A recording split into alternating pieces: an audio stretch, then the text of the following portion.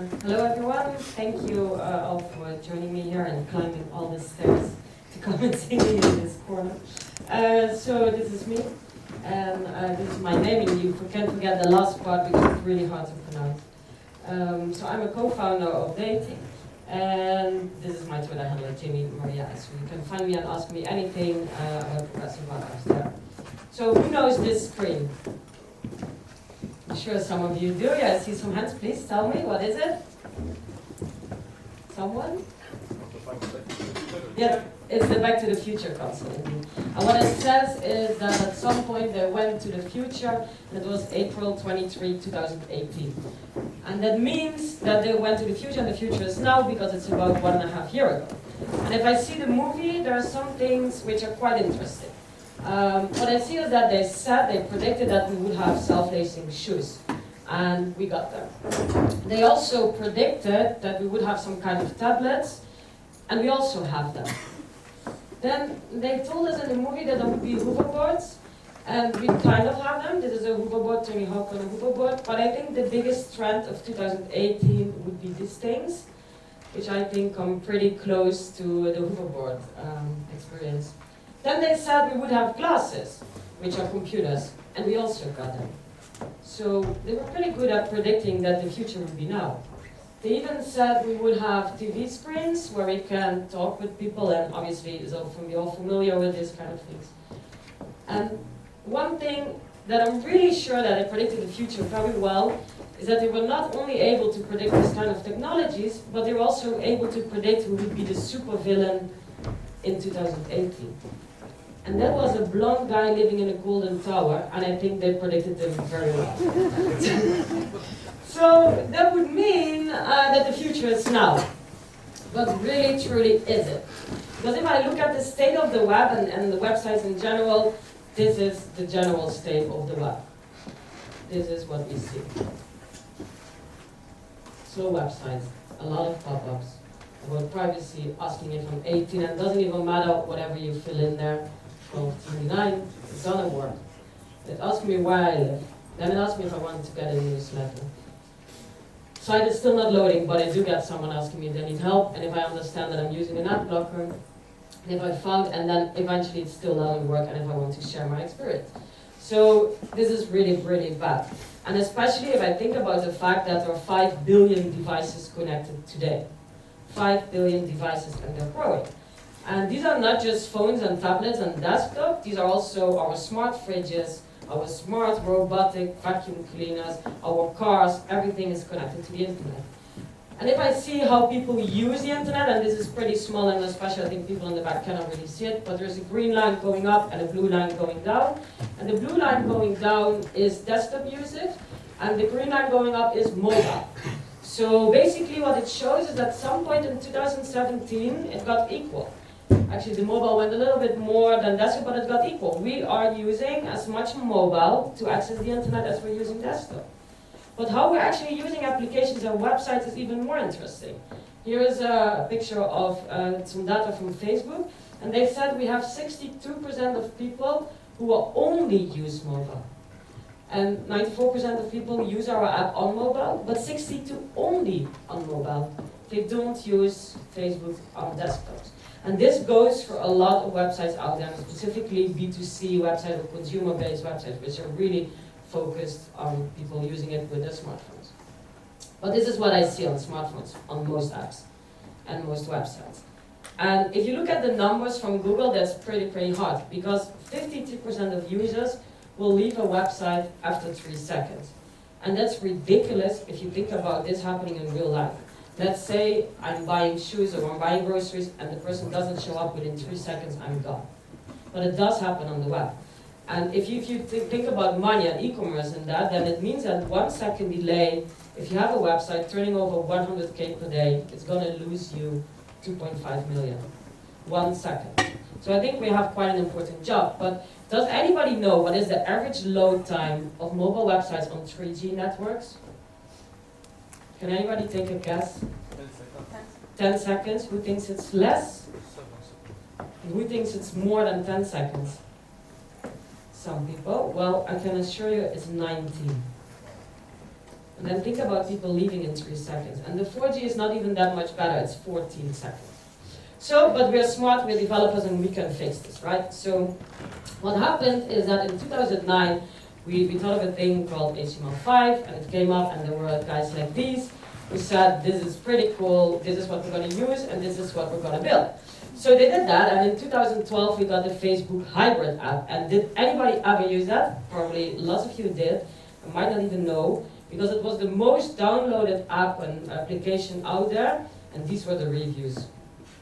1 star on 1 million reviews, over 1 million. And why is Facebook app such a piece of crap? And that's also what this guy from Facebook said. He said, like, this was the biggest mistake, what we did back then, that we went for this HTML5 instead of going directly to native. So everybody went to native at that time because nobody wanted to make the same mistake as they did. And it was really good, because native apps have a lot of advantages. And some of these advantages include the performance. Native apps are very, very fast. They have very smooth animations and interactions. They do instant loading, and you can even have offline support there. They have super easy access through the home screen, because directly from the home screen you can go and launch your service. And they have a very high engagement, because they can send you push notifications, they can do things with your location and all crazy stuff, which gives a very high engagement level. So it also shows the time we spend on our mobiles. 87% of this time we spend on native app. But, there's always a but. We only do this in 3 apps. So most of the time we spend in a social media app, in a messenger app like WhatsApp or iMessage or something like that. And a news app. People always like to read some kind of news app. And does anybody know what is the average amount of apps that is being downloaded per user per month? Less than 1? How much? Less than 1? Less than 1, correct? It's 0. People don't download apps. So that is quite interesting. And why people don't download apps? Well, they have very big disadvantages. And number 1 here is the distribution problem. Because you cannot distribute an app in any other way than through an app store. That means that you always have to guide people to the app store, but the app store cannot be identified by Google. It cannot be crawled by Google, so it cannot be found by Google. So you have to get a way to distribute your app in a very interesting way. Updating is a pain. Application size and memory usage. When your phone is full, you cannot take a picture, the first thing you do is remove an app. You have different OS systems. If I want to distribute an app, I have to build one for iOS, build one for Android, I have to build a website, and more. So as a business owner, I also need to hire all these people and maintain the whole system 3 times. And there is this very nice Apple tax, 10% of your revenues going to the App Store, and in some cases even 30%. And this is also why if you buy a Spotify subscription, it's much more expensive if you do it through the App Store. Or if you go straight to their website, because you have to pay the Apple tax. Anyway, so then we wanted to get rid of that, and this is what I call the search for appiness. Because we want to have the happiness feeling, the feeling of an app, but we don't want to have all that crap going on. And so happiness, I say, okay, it's really the satisfaction of using an actual web browser experience with the experience of an app. So these are all initiatives that took place during that time, that people tried to build app experiences on the web. And they were actually all really bad. And what was the main thing that made them not usable or not sustainable is that all of them were non-linkable. And for me, that means that you're not really part of the internet. If Google cannot find you, cannot find what is inside, then how can you be really part of the internet? So in 2016, the web strikes back, and there was some really cool thing launched, and it was called AMP. And I'm not sure if anybody ever heard of that, but it was called Accelerated Mobile Pages. And what Google basically did is they took your page, or one page of your landing page, and made it super fast, made an app-like experience, very nice, smooth animations. And a company like Weather Channel did it, and they were able to load the web page within 1 second, and 10 times less data, and they have instant access to information, and a 4 times higher click-through rate, because Google would promote their own product and put you on top of the SEO list if you would do this. So it was very, very cool. The only problem is that it's a landing page. So that as soon as you went through the rest of the website and wanted to go further with shopping or do whatever you want to do there, the thing would still be slow and have the bad experience. So then Google got super creative, and they said, let's turn this around. And they turned around AMP to PWA. So the main difference between these things are AMP are super fast landing pages. And progressive web apps, this is happiness. And why? If I put it in a scheme, this is how it looks like. A native app can do certain things, like go online, offline, have notifications, installable on the home screen. But it cannot be searched by the engines. It cannot work on all devices at the same time. You have to build different systems. It's not one place to enter your content. There is a download needed, and it requires updates. And responsive websites is the other way around. It has all the good things, but also a lot of other good things, like push notifications, working offline, is not working on a responsive web. But the progressive web app does combine these two things in one. So it feels like a website, it looks like a website, but it feels like an app. It can be installed on your home screen, you can send push notifications and all this stuff straight from the website. So in basic terms, we say progressive web apps are fast, they are reliable, and they are engaging. So what does fast mean here? Well, this is an example of the Washington Post, and on the left side you're going to see the instant mobile web running, so this is their instant pages, and on the right side is the current mobile web. And I'm going to start it, and don't blink because it's super fast. Here, left side is done, and the right side is done within 3.3 seconds. Still very fast, but a very big difference. And the main difference between these two things is that on the left side, 3.3 seconds will load again as soon as you switch to another page. On the right side, everything is there now. Even if you go offline, the whole content is there. You can go through the app as if it's a single page application, if it's just a native app on your phone. It will load faster than 0.9 seconds because everything is already on your phone now. So Tinder did this, and they got 7.2 seconds faster, and with that got 90% smaller, and they were able to send more messages, more swipes, and longer sessions between their audience, which I think is a pretty good result here. And then you can do things from websites like sending push notifications. We know this from apps, and a lot of people doing websites and doing e-commerce think, if I can send push notifications from my website, I can do something like this, send commercials. But obviously nobody is going to click next. There is no sensible user in this world, except for the testers maybe, who's going to click next there. Everybody is going to click the cross, because we don't want this. But the nice thing, what we can do with native apps, and what we can also do now with progressive apps, is that we also have access to certain information on your phone. So we know where you are, we know what you like, which means that we can give you very targeted and very personalized content. For example, we can send you something like this. Send you a dancing cat, because we love cats. And get your groove on, 20% off of the cocktails at the club where you are at that moment. We know you're in the vicinity of this, and we can send you a message to come and party with us. And this is what makes it relevant. And this is also what makes it interesting for us to send this kind of message, but because this is something we will click on. Lancome, they did it. Makeup brand, and they had 53% increase in mobile sessions on iOS. They had 8% percentages coming from only push notifications and 12% recovered calls by push. And the interesting thing about this is push notifications from websites are not allowed on iOS yet. You can only send this to Android users. And they have about 62% of their audience is coming on iOS.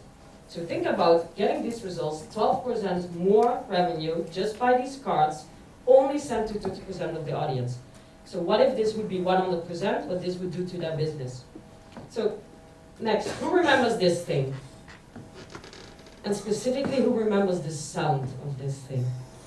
Yeah, so for the people who don't know what it is, it's a modem, and we would go on the internet with this thing, and you would know, because it would make a very, very annoying sound, and I'm not going to play it for you now, because that's going to be super annoying. But it would make a sound, and nobody could do anything else than do the internet. Because if you would pick up the phone, the internet would break. So we knew. We went online back then for 1 hour, for 2 hours in the day, maybe for more, but we knew when we were online, and we knew when we weren't online. And that is quite interesting, because nowadays we don't. We always expect to be online. We always expect to have connection, and it has to be fast. But there's many parts in the world, and also many parts in the modern world, where we don't have this kind of access. For example, you can be in Africa with 2G, but you could also be in an elevator in the middle of New York and still don't have internet.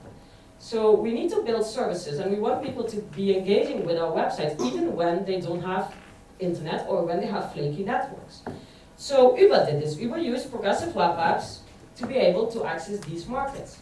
And what they did is that they're able to load within 3 seconds on 2G. And before, they were not able to deliver their services in these parts of the world with 2G. So they opened a whole new market just by using progressive web apps. Okay, enough, but what is a PWA? Well, according to our friends by Google, this PWA is a whole bunch of things. It's progressive, responsive, connectivity independent, app-like, fast, safe, discoverable, re-engageable, installable, and linkable. And that sounds all very nice, sounds all very marketing words, but we are developers and we want to know what the hell is it. So what it is, it's 3 things. It's a website on HTTPS. And that's something I don't have to explain, I assume, so I'm not going to do that.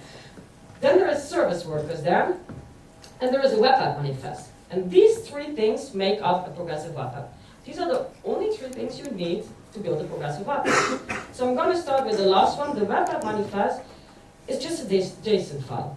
It's a JSON file containing information about my theme color, my icon, background color, and the name for when I install it on my home screen.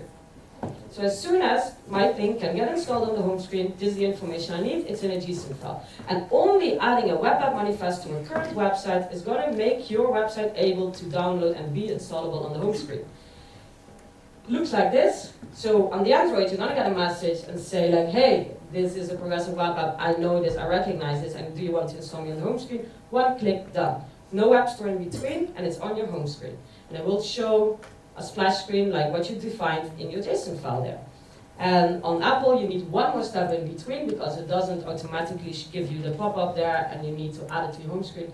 You can even give it your own name and it's there. And as you can see, the whole browser is gone. So there is no browser experience that really feels like a real app. This is 1 file. You can do this within 10 minutes. Flipkart did it. 70% more conversion coming from this home screen. These are the results of 10 minutes work. Trivago did it. They doubled their conversion by being able to be added to the home screen straight from the website. So now the more fun part, these are the service workers. And does anybody know what service workers are? The people here are aware of them. So there are some people, so there are also some people who are not. And I think the best explanation for this basically is a service worker is a client-side JavaScript proxy. And it does improve your performance, make sure you can be offline first, and is your basis for the advanced features. And basically it works something like this. So there's my super cool PWA. There is a service worker in between, and there is my web server there. And the first time I go on this website, the service worker is installed. And the next time I'm coming, the service worker is going to see, hey, is there something new? No, then I don't have to ask the web server, I'm going straight from cache. So this also means you can cut off the web server, go offline, and still serve your information there. And the service worker has a certain life cycle. It has a registration, installation, and activation, because it has to detect, obviously, if there is already there or if there is something new there. But there are some tricky things there. If people have multiple tabs open, it will not renew the information until they close all the tabs and relaunch this. You can force this with a prompt. You can force this showing a prompt like, hey, there's a new version there, please close all your tabs or click here and I will refresh it. But this is basically the whole cycle for service workers. And the registration works something like this, and I have no clue if you can read it in the back, but I will share the slides later. It's going to look for, is there already a service worker? If not, then I will install it. If it's already there, then I will just check something is happening. Here is the installation part, super small.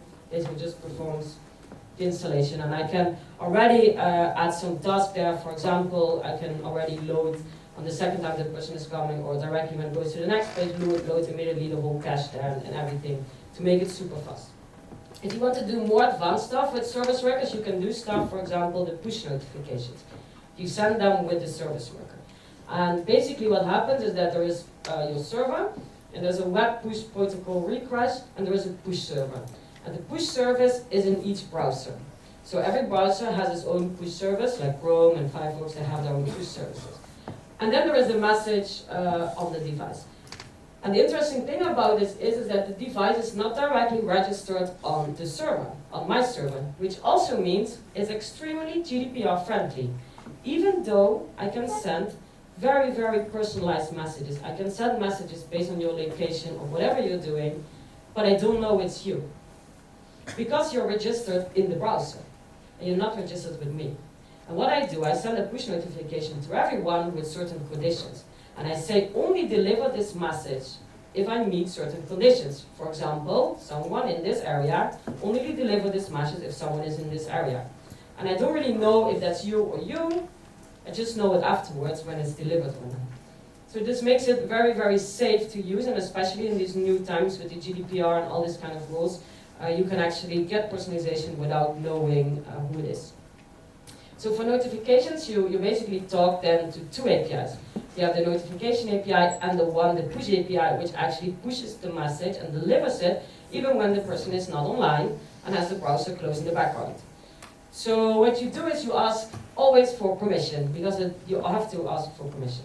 You have to ask, can I send you a push notification? And when I click on yes, the user doesn't have to fill in any information. You don't have to fill in your phone number, you don't have to fill in an email address, you don't need nothing, just click them yes. Which makes the opt-in rates for these kind of messages extremely high. We have customers at the moment who are running on 60% opt-in rate of people seeing this message.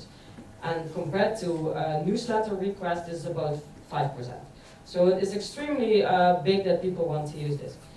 So what you do is you register, then you say, okay, it's granted or it's not granted, and then when it's granted, you can even send already one message saying like, oh, hello, or whatever. You can immediately send a welcome to my push service here. And then you have some options, and I think these are very funny because you can send through the notifications API really fun messages with this. And you can even send a vibration pattern. So you can make your notification vibrate in a certain way. So this is, I think it's pretty funny that you can really make it super personal and fit your brand and send whatever you want to send with that. And it's going to look something like this if it's on the browser, and when it's on the phone, it's going to follow the style of the phone. And there I can add a message there, I can say, hey, this is my first name, I can send the location where it's coming from, and I can add buttons. I can say go to site, or I don't want to go to site, but also I can use this in a commercial way. For example, I'm going to send you a message saying, hey, these are my new sneakers, and they are blue, and they're super cool. And then you can add a button saying, no, please show me red ones. And you can even send two different messages in one notification.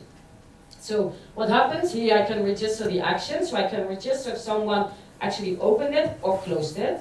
But what I cannot register is bulk close. So if someone just closes all the notifications directly from the home screen, I cannot register that. It doesn't count as closed yet. Maybe we can do this in the future. But I can only register if it's opened or not and on which button someone clicked, which is obviously data we want to know. And as this, obviously, notification close, notification click. It's pretty straightforward, I would say. So here is where I see close. If not, then you have to do other stuff there. So how does it work, the sending and receiving of these notifications? Well, I have here my server on the left, and then there's this push subscription endpoint. This is the push service of the browser, and I'm sending this message towards that end service. And this one does find, okay, which device is registered with me and this domain. And then it's coming there.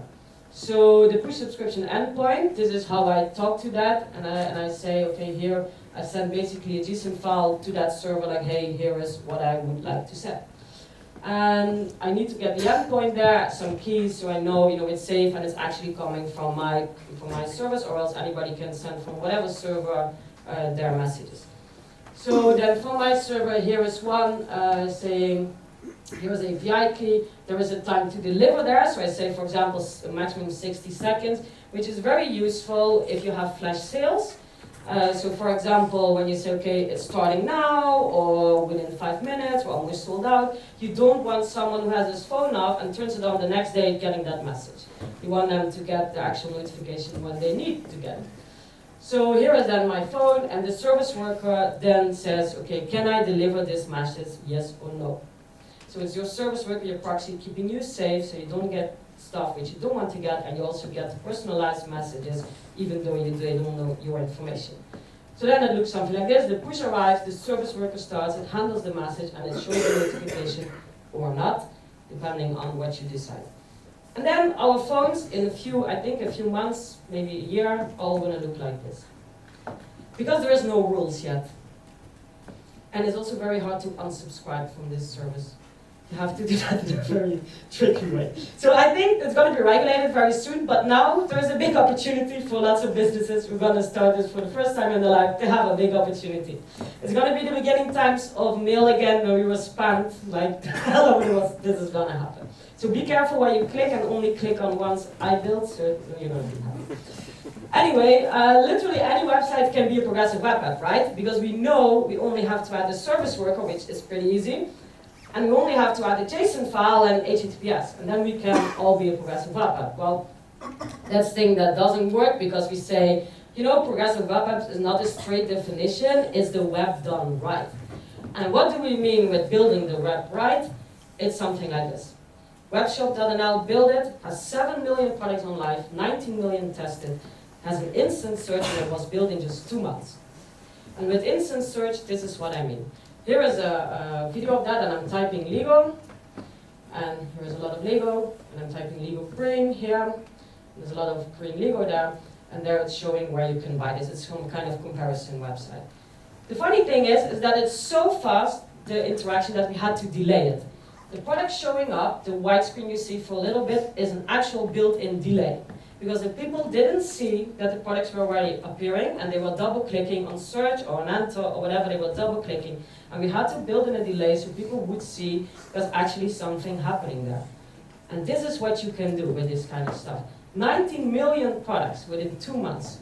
You can get it this fast. Another example of this is the Rake. It's a web shop, and it has 80% growth in organic traffic after launching their progressive web app. It has instant loading, and it has a headless architecture. And here's where it gets interesting, because how do I know that it's headless? It's obviously because we built it. And why did we do that? Well, The Rake is a magazine, very fancy magazine from the UK, very too much expensive stuff there. And what they wanted to do is build a content-driven web shop. And they asked us, please build WordPress and Magento together. And we were like, yeah, but no, we can do this, and you can never touch it again. If I build it, it's going to stay there, and don't touch it, don't look at it, don't even sneeze, because it's going to fall down. So we decided not to do that, and we said, let's make it headless. So what does it mean, building it headless? We said we're going to build the front end, then an API layer, and then the back end, and have these things going to talk with each other. And the back end is not going to be one backend, it's going to be multiple backends. For example, Magento, Algolia, WordPress, PayPal, or Kineo, whatever services you want to use, or combination of services you want to use. This one talks with the API, and this one talks with the front end. So you don't have to combine these things into one. This gives you a lot of flexibility. Not only can anybody use whatever system they want to use, but you can also switch. So if at some point you're tired of WordPress, you can easily switch with Type-3. Try to do this within a few days with a monolithic system. It's not going to work. So this is the architectures we built, and this is also what makes it fast, because in the front end, there is your caching layer. There's everything making it super fast. So these are the results we got.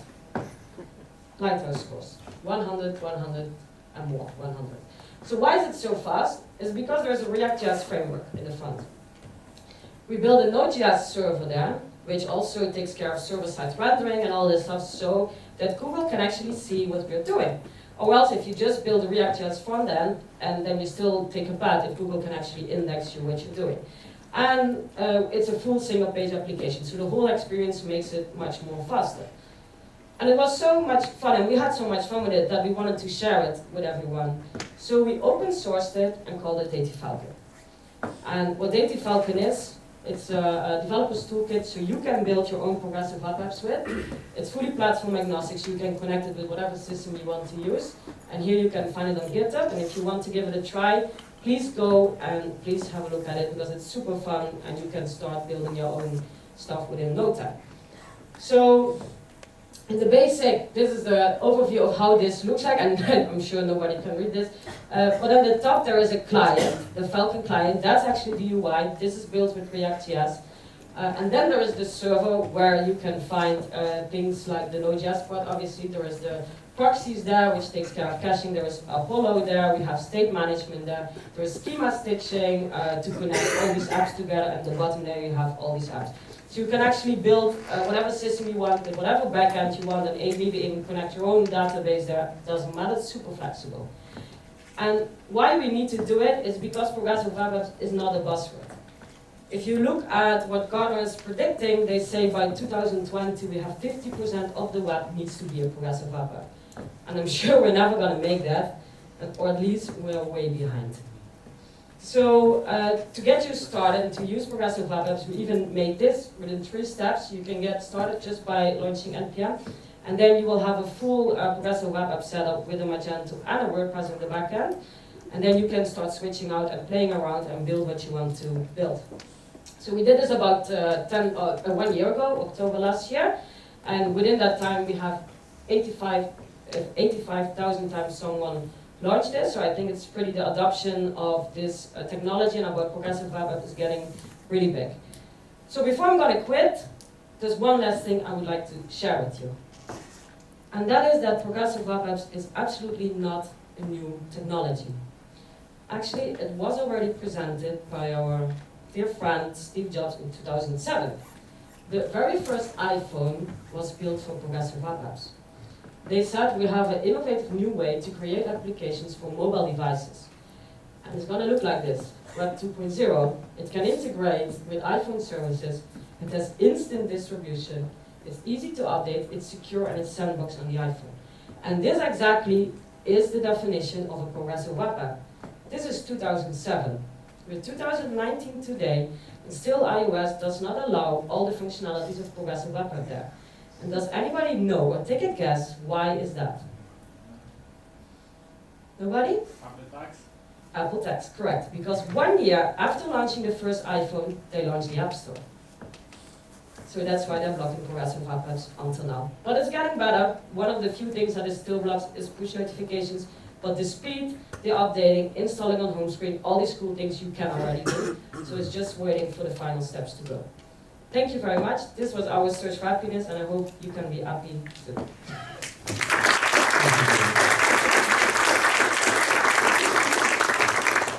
So now for the Q&A session, could you please switch the tab so Yes. all of the audience can see the questions?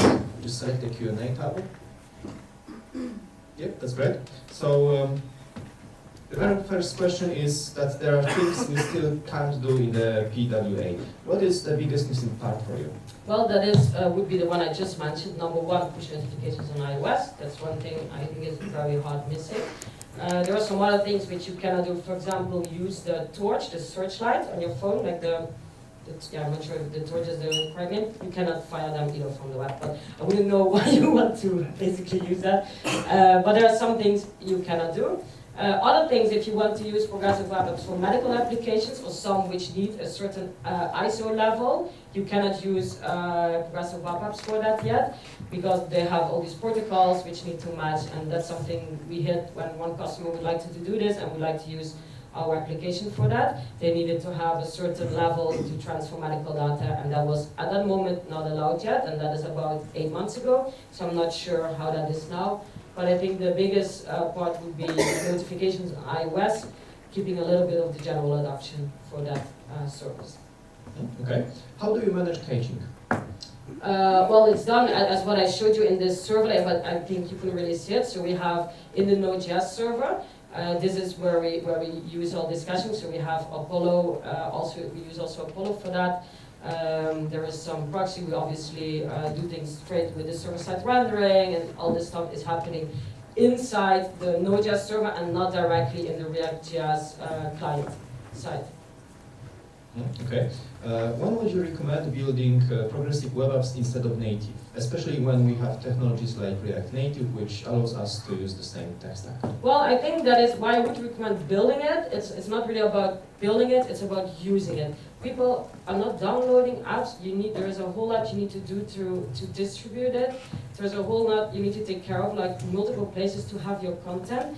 If you have one thing which is very specific only for native apps, that doesn't really exist anymore. It used to be like 1 year ago, people would say, yeah, Twitter or Uber, you know, something you only use for an app, but it's not really that. Uber already has that PWA. Twitter has it too, and they are using it, and it's much less, it's much lighter. And for example, if you use Twitter PWA instead of the actual app, your battery is going to last longer of your phone. You know, and these are small things that you don't really know, not many people don't really know, but it's really there. And I think there's just waiting for the general adoption to get there and to make the experience much better. So for building it, maybe it's fun to build native. Yes, I can understand that. But yeah, you always have to think about who's going to use it, who's going to download it, who's going to maintain it, and that is much easier with progressive web apps. Yeah. Someone is asking why Apple don't like PWA. Do you think this will change soon? Yeah, I think so. Well, why it doesn't like PWA, that is exactly what I said, they're earning money with it. I do think it's changing soon, also because Apple's their business model is also changing. They're going more into banking now, you know, with Apple Pay, etc. And Apple Pay can be very easily adopted by progressive web apps. So that is one of the advantages too. For example, on a web shop now, you need to have a service like Ajan or some other PayPal, and people have to fill in all their information. And when you have Apple Pay integrated directly in your PWA, then people can just pay with one click of a button, have all the information there. And this is also where they're going to earn money there. So I think as soon as they see much more advantages going there, this is moving towards that. We do have some people within the Apple world and developers who are a little bit hinting about the stuff that is coming. The only problem is with Apple, they don't generally talk about what is coming, they just launch it and it's there. So that's something, I hope it's coming soon, but I cannot give you any evidence that it's coming soon, just that they are much more adopting service workers and everything is getting there. Do you know about any research comparing progressive web apps and native apps installs? Yes, there is a lot there. There's some of the examples I did show you. These are coming from this business case researchers. Some things like, for example, the information I showed about Uber, that they can serve in these countries, or Twitter, and about Tinder, who did this. These are the researchers there. It's very easy to find. You can go to the internet and type PWA versus native apps, you can find some stuff, but a very great blog about this is Think with Google. Think with Google has a lot of information about how the adoption of this is, but also in cases where it's not really useful, or when the difference wasn't that big, but it's more like aiming towards the future, what they want to do with it. So really good information you can find there. Could you please tell us something more about the disadvantages of the progressive web apps? Well, to be honest, obviously I'm evangelist for this topic, but I don't really see much disadvantages. And specifically, when I look about the switch that we did during the time of responsive web, before that we had mobile websites, desktop websites, and there were lots of people still very stubborn and saying, yeah, I don't need that, my customers know that they can find me on the mobile, going to my company /mobile or my name. And still, at the end, and within a few years, they all died and everything became responsive. Because not only for the user, it's much more easier, but also for the business owners. Because why would you build double systems? I mean, if you don't even need all the rest, like push notifications and install on home screen, if you don't want to use it, why would you build double systems and get troubles with performance and this kind of stuff if you can just build it like that? Why would you do that? It's going to cost you the same. It's going to be faster even. So I don't see anything why you wouldn't do it, even if you don't need all the fancy stuff. Okay. If you compare the progressive web apps and the native app in terms of experience, what do you think about it? Oh, I think it will definitely catch up. And why? Because the user adoption, again, is much higher. If I go to a website and I'm gonna go to buy, I don't know, a chair, I don't need so many chairs all the time, I'm never gonna download their app. Because I don't need every week to buy a chair. But I might turn on my notifications for that. I might allow, or I might, engage with them or have a great experience. And maybe if I come back 3 times, download them on my home screen because it's super small anyway, just to keep it, let's say, as a bookmark or something like that. You have a better engagement and higher user adoption. So much more people will use you and even use the extras of you instead of going to the App Store, trying to find you there and download you there. Okay, we have time for one more question. Can we use it to make reactive apps? That is a question I cannot directly answer, And with that, can we use it? And I think you assume our, maybe I'm not sure if you use our technology or PWAs in general. So that's a question I cannot answer directly. And so I would like to know a little bit more about how this is meant. If you could use our open source product with that, or do you mean progressive web apps in general? So I'm outside in a minute, so you can ask me this question again and I can help you with that. All right, Jamie, thank you very much. It was a great lecture. Please let's all thank Jamie for today.